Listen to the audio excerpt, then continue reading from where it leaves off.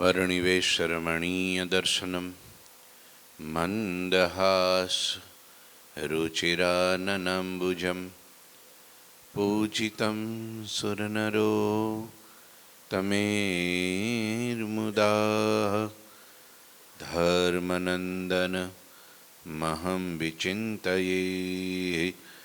ॐ गुरुर्ब्रह्मा गुरुर्विष्णु गुरुर्देवो महेश्वर गुरुः साक्षात् परं ब्रह्म तस्मै श्री गुरुवे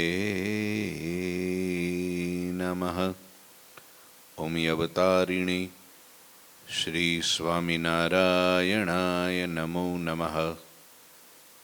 श्री घनश्यामाय नीलकंठाय सहजानंदाय च नमो नमः। हरि कृष्णाय परम ब्रह्मणे च नमो नमः। श्री सद्गुरु चरणकमलेभ्यो नमो नमः। बोलो श्री स्वामिनारायण भगवाननी जय। श्री ठाकुर जी महाराजनी जय। श्री हरिकृष्ण महाराजनी जय। श्री घनश्याम महाराजनी जय। श्री सद्गुरुदेवनी जय। श्री 500 परमहंसनी जय। जय श्री स्वामिनारायण। श्री पुरुषोत्तम चरित्र अध्याय 70मो। सुंदर मजानी नाजा जोग्या भगवानना हजूरी पार्षद एमने भगवाननी स्तुति करी। छेल्ले कह्युं के हे श्री हरि, जेम आप प्रसन्न थाओ एम ज माराथी तमाम क्रिया थाय एवी आप मने शुभमती आपजो। हे संतोना स्वामी, आपनी आ दिव्य मूर्ति मारा मन में अखंड वास करीने रे एवी आप मुझ पर कृपा करजो। स्तुति सुनी प्रभु प्रसन्न भये, कह्यो तथास्तु कृपाल। निज तन रंजित वस्त्र सब दियतिन को तत्काल। दियतिन को तत्काल। आ रीते नाजा जोगियानी स्तुति प्रार्थना सांभळीने कृपाळु श्रीहरिए प्रसन्न थईने एमने तथास्तु कीधुं। एमज रंगथी रसबस थयेला पोताना वस्त्रो एमने तत्काळ भेटमां आपी दीधा। वाह! आ भगवाननी स्तुतिनो प्रताप, भगवाનમાં भक्तिनो प्रताप, एनुं आ फळ मळ्युं के भगवाने पोताना वस्त्रो राजी थईने नाजा जोगियाने आपी दीधा। लो रंगेला कपड़ा छे, आ तमने भेट, तमारा उपर राजी थया। तमे अमारी सेवा करी, अमारा माटे आ पुष्पोना हार वगैरे शणगारो लाव्या, भक्तिथी अमने अर्पण कर्या अने आपे मने भावथी स्तुति करी मारी। भगवान राजी थया। पछी श्री अश्व पर सवार थई नदी तटेथी गाममां दरबारगढ़मां पधार्या अने त्यारबाद श्रीहरि एक पाट पर बिराजमान थया। ए समये भेगा थयेला सौ नरनारीओ श्रीहरिना दर्शन करता हता। श्री भगवत भोजन किए न मुनि झीमी बीरी पान, न पीरसद संत की पंक्ति में न गए महागुणवान। पछी श्रीहरि अश्व पर सवार थई नदी तटेथी गाममां दरबारगढ़मां पधार्या। त्यारबाद श्रीहरि एक पाट पर बिराजमान थया अने समये भेगा थयेला सौ नरनारीओ श्रीहरिना दर्शन करता हता। पछी श्रीहरि थाळ जमवा बैठा, जमीने चळू कर्युं, मुखवासमां पान बीडुं लीधुं। पछी महागुणवान श्रीहरि संतोनी पंक्तिमां पीरसवा गया। भगवानने पीरसवानो बहु शोख हतो। जमाड़वानो तो बहु ज। संतो जमता होय के भक्तो जमता, वधारे संतो जमता होय ने એટલે તરત જ મહારાજ બધાય કામ પડતા મૂકીને દોડીને વયા જાય, પીરસવા લાગે જીવન સંત જીમાય શોભિત સરસ સભા ભરી ન્યારે પુરુષ લુગાય અને બેઠી નિરખત નાથ કો. સૌના જીવન પ્રાણ એવા શ્રીહરિએ સંતોને ભાવથી જમાડ્યા. અને ભાઈ શ્રીહરિએ શોભાયમાન સભા કરી, જેમાં સ્ત્રી અને પુરુષ ભક્તો એકબીજાથી અલગ પોતપોતાના સ્થાને બેસીને શ્રીહરિના દર્શન કરતા હતા. ભેગા નહીં, મર્યાદા. ભગવાને મર્યાદા બાંધી. એકબીજાના ધર્મ સલામત રહે, એકબીજાના મન પણ સ્વસ્થ રહે. ભગવાનના દર્શન કરતા બીજા ઘાટ સંકલ્પો થાય એ પાપ ગણાય. પણ બધું ભેગું હોય એટલે ભગવાનમાં મન ઓછું રહે, એકબીજામાં ખેંચાય. અને ઘણા માણસો સ્પેશિયલ એના માટે જ જતા હોય કે ત્યાં બધું ભેગું હોય એટલે વાંધો નહીં, પણ ખબર નથી કે એ બહુ મોટું પાપ ગણાય. સ્ત્રીઓ અને પુરુષોનો મંદિરમાં એકબીજાનો સ્પર્શ થાય, ભગવાનને મૂકીને એકબીજા સામું જોવે એટલે પાપ ગણાય. હા, ત્યારે ખાસ વિવેક રાખવો જોઈએ, મર્યાદા રાખવી જોઈએ, મન પવિત્ર રાખવું જોઈએ, ભગવાન સામે દ્રષ્ટિ રાખવી જોઈએ. કંઈક મોક્ષનું ભાથું ભરવા જતાં ક્યારેક પાપ, આમાં શું છે કે જગતમાં કંઈક નાનું મોટું ભૂલથી પાપ થઈ જાય ને, તો ભગવાનના મંદિર પ્રત્યે આવીએ ને તો ત્યારે એ ભગવાનને જો નિર્દોષ ભાવે, નિખાલસ ભાવે પ્રાર્થના કરે કે પ્રભુ, હું તમારો બાળક છું, મારાથી આ ભૂલચૂક થઈ, માટે તમે મને ક્ષમા કરજો, તો ભગવાન રાજી થઈને એને માફી આપે. નિર્માની થયો. પણ મંદિરમાં આવીને જ પાપ થાય એ ક્યાં છૂટે? અન્ય ક્ષેત્રે કૃતમ પાપમ તીર્થ ક્ષેત્રે વિનશ્યતિ, અને તીર્થ ક્ષેત્રે કૃતમ પાપમ વજ્રલેપો ભવિષ્યતિ. જગતમાં કરેલું પાપ તીર્થક્ષેત્રમાં નાશ પામે, પણ તીર્થક્ષેત્રમાં એટલે કે ભગવાનના મંદિરમાં કરેલું પાપ કોઈ કાળે છૂટે નહીં, વજ્રલેપ થઈ જાય. એટલે કે છે મર્યાદા રાખવી. ભગવાનના સાનિધ્યમાં તો ખાસ મર્યાદા રાખવી. ઉચ્ચે સાદે બોલાય નહીં, વાહો એને દેવાય નહીં, ભગવાનની મર્યાદા તોડી અને બીજી ક્રિયા કરાય નહીં. મંદિર માટે તો બહુ જ મર્યાદાની આખો અધ્યાય હરિલામૃતમાં લખેલો છે. ભગવાનના મંદિરમાં શું શું મર્યાદા પાળવી, ચોખ્ખાઈ રાખવી, પવિત્રતા રાખવી, તનની ને મનની બેવું. સાધુ સંતોનો સમાગમ કરવો, ભાવથી નિષ્કામ ભાવે સેવા કરવી, જે પણ આપણાથી થઈ શકે એ પ્રમાણે, શક્તિ પ્રમાણે. ખાલી હાથે જવું નહીં ભગવાનના મંદિરે, હો. નહીંતર અમુક ઊંધું સમજે કે અહીંયા મંદિર આવ્યા પછી ખાલી હાથે જવું નહીં, કંઈક ને કંઈક લઈને જવું. હા, ઘણા મંજીરા ઉપાડે, કોઈ ઢોલકા ઉપાડે, કોઈ ખુરશી ઉપાડે. ભગવાને કીધું છે ને કે મંદિરે આવીએ તારે ખાલી હાથે જવું નહીં, એટલે મંદિરે આવ્યા પછી ઘેરે જવું તારે ખાલી હાથે ન જવું એમ. પણ એમ નથી. ભગવાનને મંદિરે આવીએ તારે કંઈક લઈને આવીએ, ભલે કાંઈ નહીં તો છેલ્લે ગલ્લામાં નાખીએ, અથવા તો ફ્રૂટ લાવીએ, કંઈક અનાજ લાવીએ, કંઈક ફળ ફૂલ લાવીએ, એમ કે છે. પણ આ માણસો ઊંધું. આ બધી ભગવાનની મર્યાદાઓ છે. તો અહીં ભગવાન પ્રત્યે આવ્યા એટલે ભગવાને એકબીજાના બે સંતો, શું કે બહેનો અને ભાઈઓની અલગ પોતપોતાના સ્થાનમાં બેસીને જ્યારે દર્શન કરે ત્યારે ભગવાન રાજી થાય. હો, બહુ રાજી થાય. હા, નહીંતર તો ભગવાનના દર્શન કરતા આજુબાજુમાં જો જોવે અને બીજી ક્રિયા કરે તો એને ખિસકોલી જેવો ભગત કીધો. ખિસકોલી તમને ખબર છે, બોલે ને ત્યારે પૂંછડું ઊંચું કરે, એમ આ ભગત, એને મીનડીયો ભગતે કીધો. એટલે ભગવાન કહે છે દર્શન કરવા ભગવાન સામે બેસીએ ત્યારે મર્યાદામાં રહીને બેસવું.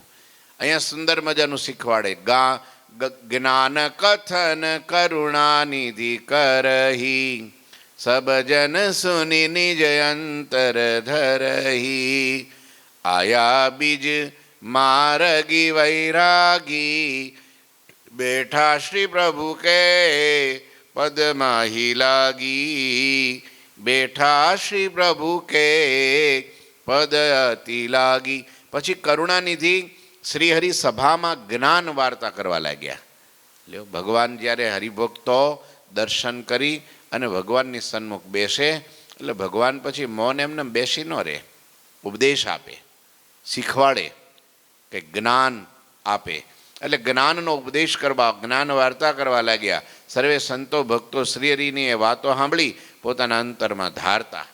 જે સાંભળનારા હતા એ પાછા ખંખેરીને વયા નહોતા જતા, કંઈક સારી વાત લઈને જતા. એ પ્રમાણે સુધારો કરતા ને એટલે ભગવાન એના ઉપર પ્રસન્ન થતા, રાજી થતા કે ના ના, આ મારી વાત એળે ગઈ નથી, હા સાંભળીને પછી રાખી છે. તે સમયે એક અન્ય પંથના વૈરાગી ત્યાં આવ્યા. તે શ્રીહરિને પગે લાગીને સભામાં બેઠા. પછી એ વૈરાગીએ હરિને હાથ જોડીને કહ્યું કે મારા મનમાં પ્રશ્ન પૂછવાની ઈચ્છા છે. પ્રભુ, વૈરાગી આવ્યા કોઈ બહારથી, ભગવાનને પગે લાગ્યા વિવેકથી, પાસે બેઠા, હાથ જોડ્યા અને વિનંતી કરી કે મારે તમને કંઈક પૂછવું છે, પૂછું? ત્યારે શ્રીહરિએ કહ્યું, તમે સુખેથી પૂછો. એ સાંભળીને વૈરાગીએ કહ્યું, કરી તુમે સબ હી શુભ એ રીતિ, અરુકિની હૈ એક અનીતિ, ન્યારે બેઠાએ નર નારી, એ રીતિ નવીન તુમારી. લ્યો શું કે છે? હે સ્વામિનારાયણ, મારે તમને પૂછવું છે. મહારાજ કે શું પૂછવું છે? તો કે હે સ્વામિનારાયણ, મારે પૂછવું છે એ કે આ તમારી જે રીતિ છે ને, શુભ રીત એમ કીધી. કેવી? કરી તુમે સબ શુભ હી રીતિ, આ તમારી રીત બહુ શુભ છે. શું? તો કે આપ સ્ત્રી અને પુરુષોને અલગ અલગ બેસાડો છો. આ જગતમાં ક્યાંય નથી, આ તમારે ત્યાં છે. આ એક તમારી નવીન રીત છે ને, એ અનીતિ જેવી લાગે છે. પાછું છેલ્લે કહી દીધું અનીતિ.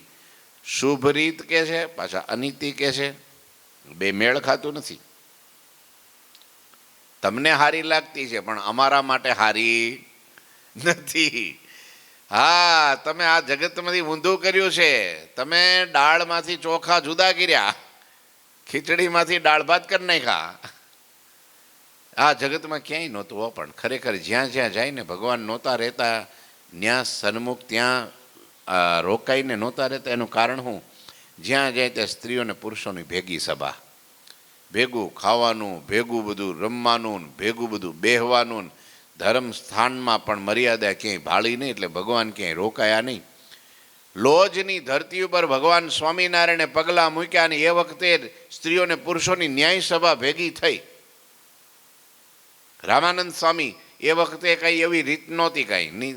બધાય બ્રહ્મચર્યવાળા હતા, સંતો હતા, મહાન હતા. એના મનમાં બીજી કોઈ વિચાર કે બીજી કોઈ એ નહોતું કાંઈ. પણ એક રીત એવી હતી કે બધાય સાથે સભામાં આવતા જાય ને બેહતા જાય, આવતા જાય ને બેહતા જાય, સ્ત્રીઓ અને પુરુષો બધું ભેગું. અને આ સભા મુક્તાનંદ સ્વામી કથા કરતા હોય અને નીલકંઠવર્ણી બેઠા હોય અને બહેનો ભાઈઓની સભા આમ ભેગી જોઈને એટલે નીલકંઠવર્ણી ઊભા થઈને આશ્રમમાં વયા ગયા. સ્વામી જાણી ગયા, નક્કી કંઈક ડાળમાં કાળું છે. તરત જે નારાયણ કરી કથાને પૂર્ણાહુતિ કરીને સ્વામી પણ વયા ગયા. વર્ણી પાસે જઈને કહે છે, કેમ આજે ચાલુ સભામાં ઊભા થઈને આવતા રહ્યા? કંઈ મારાથી ભૂલ થઈ? આ જો આ નિર્માની દાસત્વ પણ જો. નહીતર કે ભાઈ તું આજકાલનો આવ્યો, હું દખલ કરે છે, જેમ હાલે છે એમ હાલવા દે ને. આ ગુરુએ કરેલું છે ને તું ક્યાં વરીમાં નવો નીકળો એમ કે ને.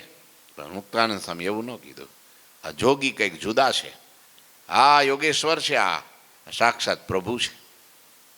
તમને કાંઈ ગમ્યું નહીં? તો હા સ્વામી, મને ગમ્યું નહીં. શું? કે આ સ્ત્રીઓ અને પુરુષો એ બે ભેગી સભા છે ને, એ મને ગમી નહીં. મેં એટલે સંતોને ઈશારો કર્યો, ઊભા કરીને રાખી દીધા. જ્યાં સ્ત્રી અને પુરુષોની સભા ભેગી હોય એ સભામાં મારા સાધુએ કદી બેસવું નહીં, ઊભા થઈને નીકળી જવું. તે દિવસે સભામાં સ્વામીએ હાથ જોડીને એમ કીધું કે આજથી આપણી આ છેલ્લી સભા. ત્યાર પછી મુક્તાનંદ સ્વામીએ ક્યારેય પણ સ્ત્રી પુરુષોની ભેગી સભામાં કોઈ દી વાતો ન કરી. સ્વામી તો પોતાના ગુરુનું સ્મરણ કરી, ઈષ્ટદેવનું સ્મરણ કરી અને આંખ બંધ કરીને રામાયણની ચોપાઈઓ, ઉપનિષદના મંત્રો, વેદ મંત્રોની ઋચા સાથે એવી રસભરી કથા કરતા કે ભગવાનમાં મસ્ત પોતે તો બની જતા, પણ આખી સભા પણ મસ્ત બની જતી. કોઈને ઊભું થવાનું મન ન થાય, ચકલું ન ફરકે. હા, એવી ગંગાના પ્રવાહ જેવી ધારા એના મુખમાંથી વહેતી હોય અને સ્વામી કથા કરતા હોય એટલે પછી શું વાત કરવી. એને તો શું સ્ત્રી છે ને શું પુરુષ છે એને કંઈ ધ્યાન ન હોય. પણ મહારાજે કીધું સ્વામી તો સ્વામી છે, પણ પાછળ અંધ પરંપરા હાલશે અને કેટલાયના ધર્મ ભ્રષ્ટ થાય. હા, આગળ બેઠા હોય બધું ભેગું બેઠા હોય, એકબીજાના ઘૂંટણ દબાવીને બેઠા હોય, સ્પર્શ થઈ જાય, પાપ લાગે અને મતિ ભ્રષ્ટ થાય અને અધર્મને માર્ગે ચડી જાય. ધર્મને નામે અધર્મ ન થાય એટલે ભગવાને તે દિવસે પ્રથમ પ્રયાણ કર્યું, સ્ત્રી અને પુરુષોની સભા જુદી કરી નાખી. પ્રથમ સુધારણો સત્સંગમાં પ્રથમ સુધારણો, બાઈઓ અને ભાઈઓની સભા જુદી કરી. ત્યારથી આ પ્રથમ કાર્ય ભગવાને કર્યું. ત્યારથી ચાલતું આવે. ભગવાને બહેનોના મંદિરો જુદા કર્યા, બહેનોના ગુરુ જુદા કર્યા. સાંખ્યોગી બાયોને દીક્ષા લાડુબા જીવો પાસે અપાવી અને સાંખ્યોગી બહેનોનું મંડળ જુદા કર્યા. તમે વિચાર તો કરો, એના ધર્મનું રક્ષણ માટે. સ્ત્રી ખરાબ નથી, પુરુષ ખરાબ નથી, બંનેનો યોગ ખરાબ છે. ઘડો ઘીનો ભર્યો છે પણ એ પડ્યો છે ત્યાં સુધી જામેલો છે, પણ જેવો અગ્નિમાં મૂકો તમે એટલે ઓગળ્યા વગર ન રહે. એ માણસનું મન તો મન છે, પણ સ્ત્રીનો યોગ થાય તો એનું મન ઓગળી જાય. સ્ત્રીને પુરુષનો યોગ થાય એટલે એનું મન ઓગળે. મન ઓગળે એટલે માણસના વિચારો બદલાય, એના વિચારો ભ્રષ્ટ થાય, ઘાટ સંકલ્પો થાય અને એમાંથી ક્રિયા થાય અને અંતે મોક્ષના માર્ગથી પડી જાય, યમયાતના આવી જાય, લખ 84માં વયો જાય જીવ, ભગવાનને ભૂલી જાય.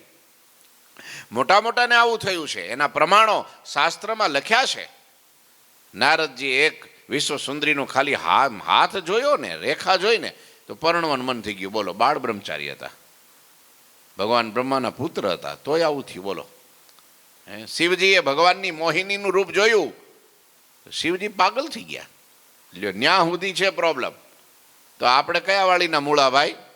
આપણને થાય આપણને કાંઈ ન થાય, તમે તમારે ધબધબાટી બોલાવો ને, ડીજે લઈને ભેગા નાચો કૂદો લગ્નમાં પ્રસંગમાં. એ ડાયરામાં તમે જુઓ તો આમ જો સ્નેહ મિલનમાં બધે જ્યાં જાય ત્યાં બધું ભેગું ને ભેગું. આપણા હરિભક્તોએ મર્યાદા રાખવી જોઈએ. બહાર જઈએ ત્યાં પણ પરસ્ત્રીનો સ્પર્શ ન થઈ જાય, એના વસ્ત્રનો સ્પર્શ ન થઈ જાય.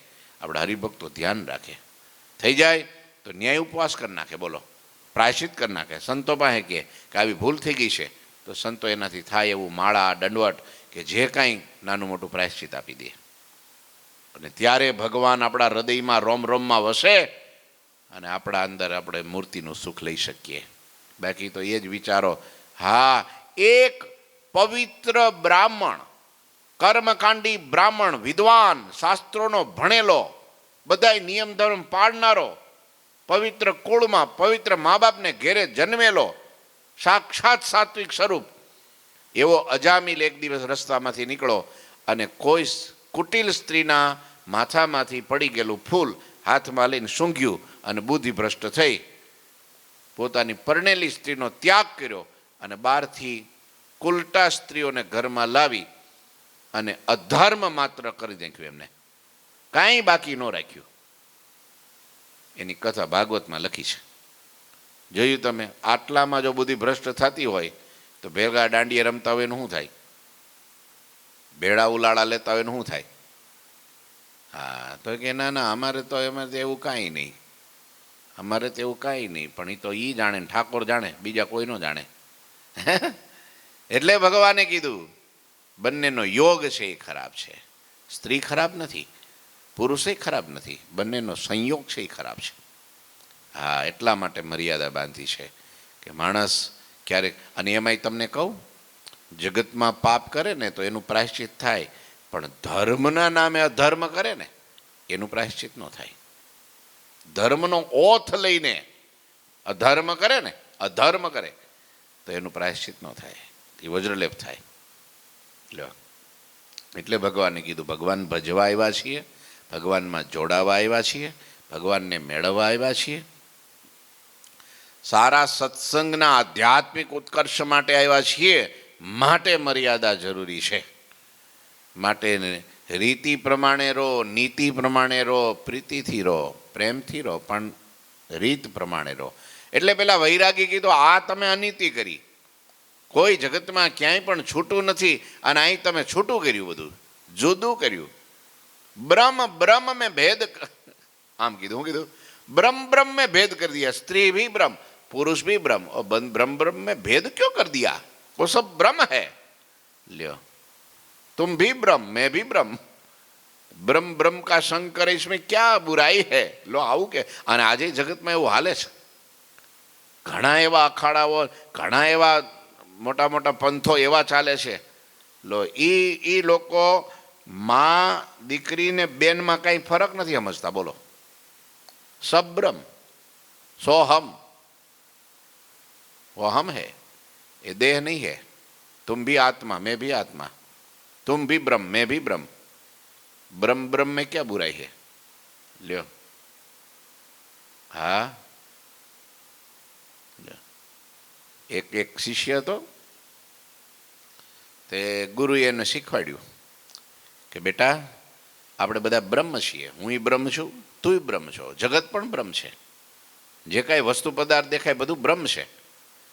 શિષ્ય એક દિવસ લોટો લઈને ગયો જંગલ, સરસ મજાનો આંબો, આંબા નીચે બેઠો, ઉપર જોયું તો કેરીઓ. એને વિચાર આવ્યો, હમ ભી બ્રહ્મ, આંબા ભી બ્રહ્મ, કેરી ભી બ્રહ્મ, ખેડૂ ભી બ્રહ્મ, એ सब खेतर भी, वाड़ी भी ब्रह्म, सब ब्रह्म. तो ब्रह्म ब्रह्म को खाई, उसमें क्या बुराई? ब्रह्म ब्रह्म को खाए, उसमें क्या बुराई? તે કેરી લઈને તોડીને મીઠો ખાવા. અને ખેડૂ આવી ગયો પેલો માલિક.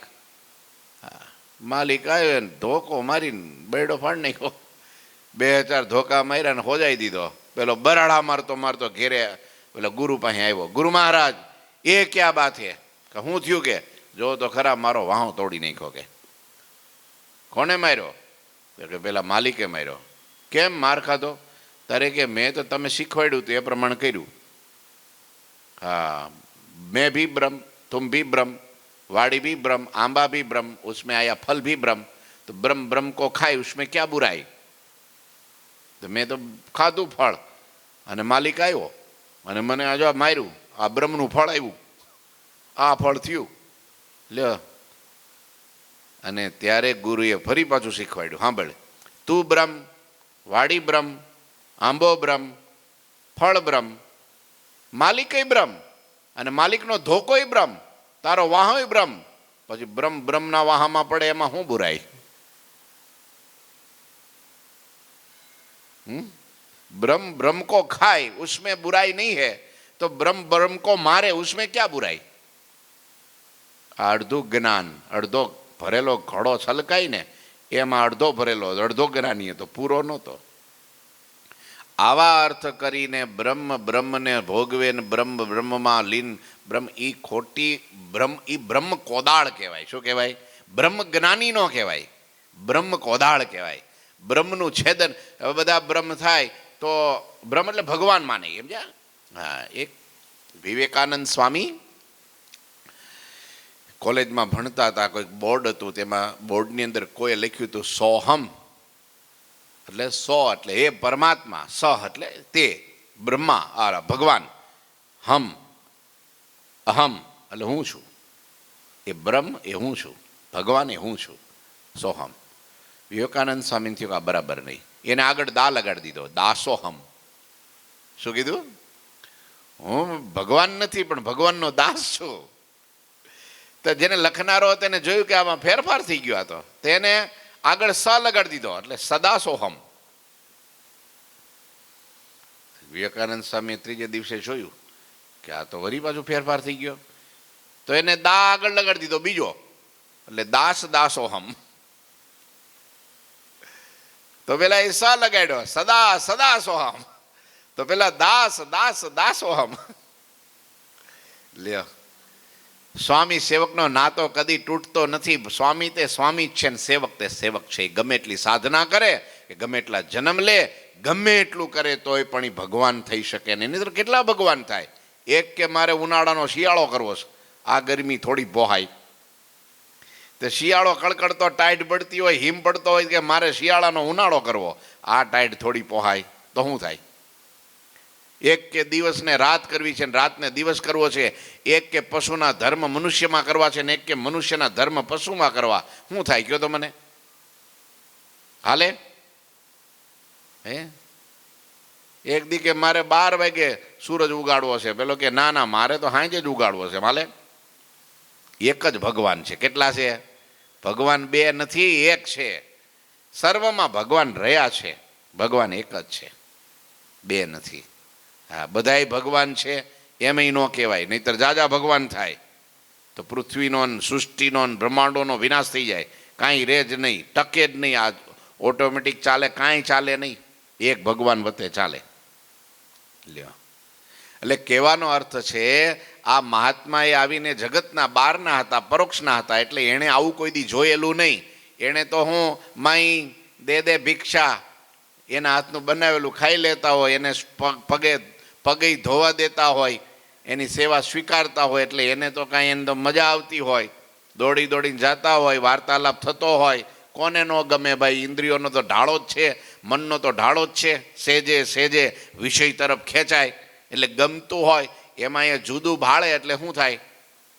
મારું બેટું આ અઘરું. ગુરુજી છે ને કાશી ભણતા હતા, સંસ્કૃત ભણવા માટે ગયા. એટલે ત્યાં કોઈ આશ્રમની અંદર ગુરુજીના મિત્ર હશે ને એ આશ્રમમાં લઈ ગયા એને, કોઈ મહાત્માના આશ્રમમાં. તો ત્યાં ગયા એટલે ત્યાં તો બધું કેવું, બધું ભેગું હોય, બહેનો ને ભાઈઓ ને બધા ભેગા આવતા હોય, ગુરુના આશીર્વાદ લેતા હોય, ત્યારે વાર્તાઓ કરતા હોય, એમને મળતા હોય, એની ચરણચંપી કરતા હોય. લ્યો, આવું બધું. તે ગુરુજી એક દિવસ કે એ બહેનો હોય ને ત્યારે ન જાય કોઈ, કારણ કે સંતો આપણા નિયમ જુદા હોય. એટલે એક દિવસ બેઠા હતા, એકલાને ગયા. એટલે પહેલાં તરત એ મહાત્માએ કીધું કે તમારે संप्रदाय में, स्वामीनारायण संप्रदाय में 2 वस्तु बहुत बुरी है के क्या? तो कि साथ में खाना और साथ में सोना. એટલે તમારે સંતો બધા એક જ ધર્મશાળામાં હોઈ જાય પથારી નાખીને, અમારે તો અલગ અલગ રૂમ જોઈએ. અને તમારામાં બધાને કહે છે કે એક જ પંક્તિમાં જમી લેવાનું, અમારે તો જુદું જુદું બધાય મન ફાવે ત્યારે બેહે, કોઈ એકલા બેહે, કોઈ આમ બેહે, પેલા આમ બેહે, અમારે કાંઈ નિયમ નહીં. સારું, આ કેવી રીતનું? એક હારે જમવાનું ને એક હારે હોવાનું, એક જ ધર્મશાળામાં પથારીને એક જ પંક્તિમાં જમવાનું, આ બહુ બુરી ચીજ હૈ. લ્યો, એમાં એ મહાત્માએ શું કીધું કે तुम्हारे संप्रदाय में ये अनीति है. कैसी? स्त्री को अलग पीछे बैठाते हो, पुरुष को आगे अलग बैठाते हो, तुमने स्त्रियों का अपमान किया है. लो, इंसल्ट किया है. એને ખબર નથી કે આ જગતમાં છે ને આવો શુદ્ધ સંપ્રદાય, દિવ્ય સંપ્રદાય જગતમાં સ્વામિનારાયણ સંપ્રદાય એક જ એવો છે કે આટલી પવિત્રતા અને ચોખ્ખા મોટા મોટા ગુજરાતના, ભારતના મોટા મોટા કવિઓએ અને મોટા લેખકોએ આની નોંધ લીધી છે. કિશોરભાઈ મસરૂવાળાએ નોંધ લીધી, કનૈયાલાલ મુનશીએ નોંધ લીધી, દલપતરામ કવિએ નોંધ લીધી છે. સ્વામિનારાયણ સંપ્રદાય, ગાંધીજીએ પણ કહેવા આ ધર્મ માટે મને અતિ માન છે, આવું ગાંધીજી કહેતા. બોલો, મોટા મોટા એ રાજદ્વારીઓ, એ વખતના મોટા મોટા દેશભક્તો અને મોટા મોટા કવિઓ અને મોટા મોટા લેખકોએ, વિદ્વાનોએ, પરોક્ષમાં રહેનારાએ પણ આ નોંધ લીધી. સ્વામિનારાયણ સંપ્રદાય અતિ ઉજળો છે. સમજ્યા? તમે કાળું આખું શર્ટ પહેર્યું હોય, ટી શર્ટ પહેર્યું હોય, એમાં 2-4 કાળા ડાઘા પડે દેખાય, પણ ધોળું વસ્ત્ર એકદમ પહેર્યું હોય ને એક છાંટો પડે તોય. આ જગતમાં છે ને, આ બહુ મીડિયામાં લોકો ચગાવે છે ને, ક્યારેક આવા અમુક માણસો એવા તત્વો હોય, 5 આંગળી હરખી નથી, કોઈ કે કંઈક અયોગ્ય કંઈક ક્રિયા કરી નાખ્યું, કંઈક કર્મ કરી નાખ્યું, તો એ તરત ચગે છે અને બધે છાંટા ઉડે છે. કેમ કે એ દેખાય છે. શું કરવા? કે ચોખ્ખો છે સંપ્રદાય, એટલે છાંટો દેખાણો. પણ જ્યાં કાળા ડિબાંગ કપડાં પહેર્યા છે એમાં 2-4 કાળા ડાઘા પડી જાય તો જગતમાં કોઈને ખબર ન પડે. શું પડે કયો? કારણ કે એ તો એમાં જ હોતા હોય ને એમ જ કરતા હોય, હે, બધું રાખતા હોય ને બધું ખીચડો એમદમ ચાલતું હોય. હરિઓમ. એટલે આણે કીધું કે તમારા સંપ્રદાયમાં થોડી અનીતિ લાગે છે, આ બાબતે તમારો સંપ્રદાય અન્ય તમામ સંપ્રદાયથી અલગ પડે. તમે તો આ કલ્પિત ધર્મ ચલાવ્યો હોય એવું દેખાય છે.